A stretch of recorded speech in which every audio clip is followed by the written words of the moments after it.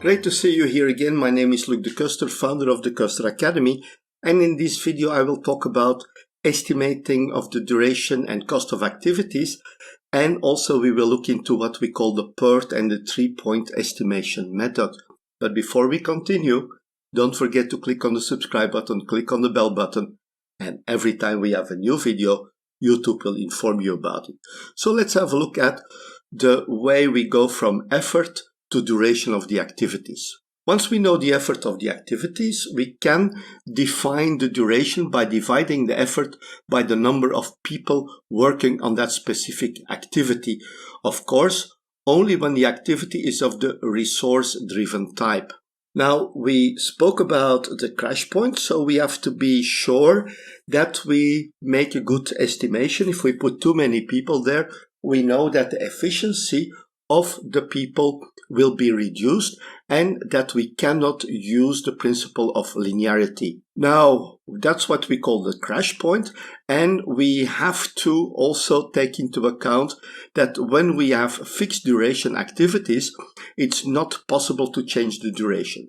The change of duration can only be obtained by using technical measures. Now, when we look at the duration, we have different identifications. We have the effort, is the work required to complete the effort, is basically the time done or used by one person or by one resource. The duration is the number of periods needed to complete the activity. Here we take into account the number of people that have been assigned and we divide the effort by that number of people. The last element is what we call the elapsed time. And here we look at the calendar time to complete the activity. We put it on the calendar and we have to see what's happening. So we have to take into account, are we working in the weekend? Are we not working in the weekend? Are we working on holidays? Yes or no? It will have an effect on the elapsed time, the calendar time that our project will take or the activity will take. Let's have a simple exercise. We have an activity which is about building a wall of 1,000 meters. We know from our experience that one person does about 5 meters per day, so the effort is 20 days to do this work. We do not work on weekends and I allocate 2 people to do the work. So in this case, the duration is 10 days. We divide the effort by 2, so this is equal to 10. We do not work on holidays and weekends and start on a Monday. So what is the elapsed time? Here we have the calendar, so we start on the first day of the first week.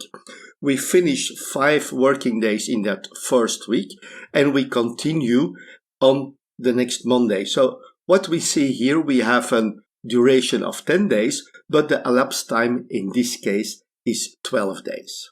Now, how do we get from effort to duration? We have the base effort that we have. So we look at estimating the effort using Delphi, PERT and historic data. We can use those elements. So here we have the base effort. We go to the project effort because we know the level and number of people and tools that are available. And finally, we can calculate the duration, fixed or variable duration tasks. So we can calculate the duration of the different activities. When we look at cost of the activities, well, it depends on how we are dealing with those activities. There are different elements. We have to know the detail of the activities. We have to know how many people we are putting there, how much does it cost, how much do these people cost, and so on. Now, we can have a look at different types of cost that will compose the total cost picture of the activity. We look at the number of hours the people are estimated to work on the activities. We pay the people per hour. When you're writing, for example, code, you have a person who's working for a certain time, and we have an estimation how much time they work to write a certain amount of code.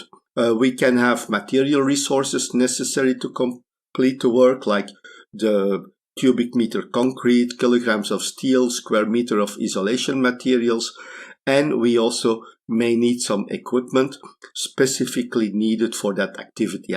We may need computers, we may need tools, we may need a special room, and so on, depending on what type of activity we are dealing with. When we look at activities and what we call normal cause variability.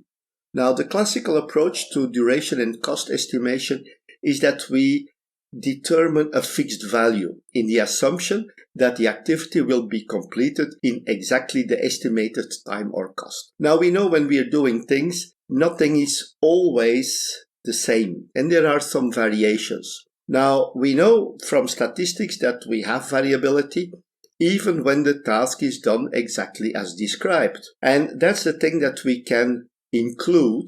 And once this was included in the estimations, people saw that the estimations of duration and cost were more reliable. We will have those activities and we will look at what we call a probable duration or cost. We call it the mode, an optimistic duration or cost, and a pessimistic duration or cost.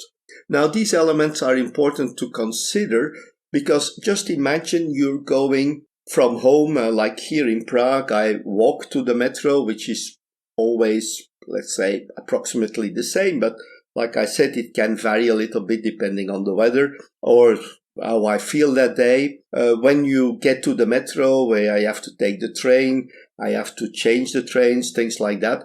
And we have to see what is the probable duration, what is the time that is happening in the most of the cases. Now, in some cases, it can be better. For example, I arrive at the metro, I just get into the train. The moment it leaves, I come out. The other tram is just waiting there for me. I get in. Everything is working perfectly. I didn't do anything different, but at that moment, things are just going a lot better than I normally expect. On the other hand, sometimes it can be a problem. Something can happen.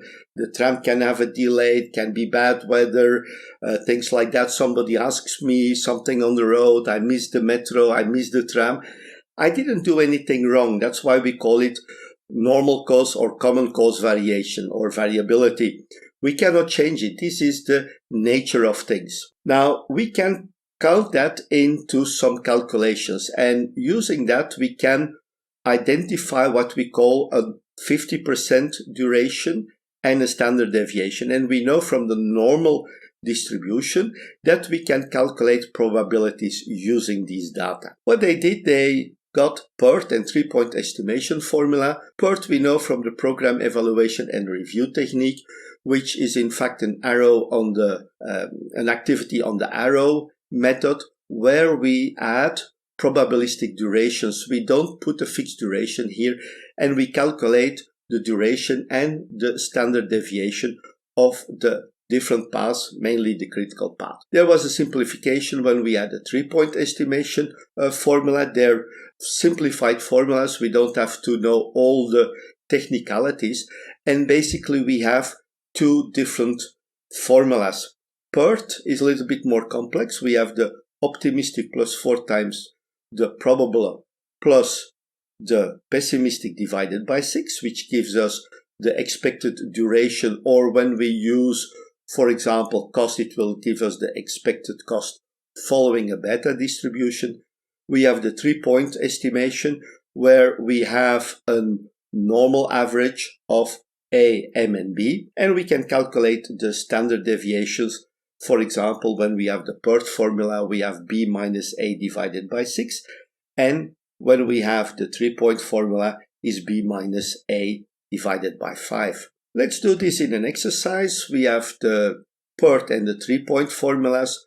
We consider the values optimistic is 25, probable is 45, and B, the pessimistic, is 100. Now, based on this, we can calculate the expected value. We take the weighted average of the 3 parameters divided by 6, and we find an expected value of 50.8. We can calculate the standard deviation. 100 minus 25 divided by 6 gives us 12.5. And for the 3-point formula, it's a little bit easier. We just take the average of those 3 parameters, which gives us 56.7 and a standard deviation of 15. So the expected durations have a probability of 50% you exceed them or you are below, so 50-50 probability. So when we look at the standard deviation, we can say, for example, the expected duration plus 1 standard deviation will have a probability of about 84% that we will not exceed that value. And doing this, we can find a probabilistic approach to project duration. It's not just the fixed duration, but we also have information about the variability. And that is very interesting to do because it provides a better understanding of how the project will evolve. So that was it for the estimation of the duration, the effort, the duration, and the elapsed time. We looked at the PERT and the 3-point formulas, and that's it for this video. Don't forget to click on the subscribe button, click on the bell button, and every time we have a new video, YouTube will inform you about it. Thank you very much, and I'm looking forward to seeing you in the next videos. Bye bye.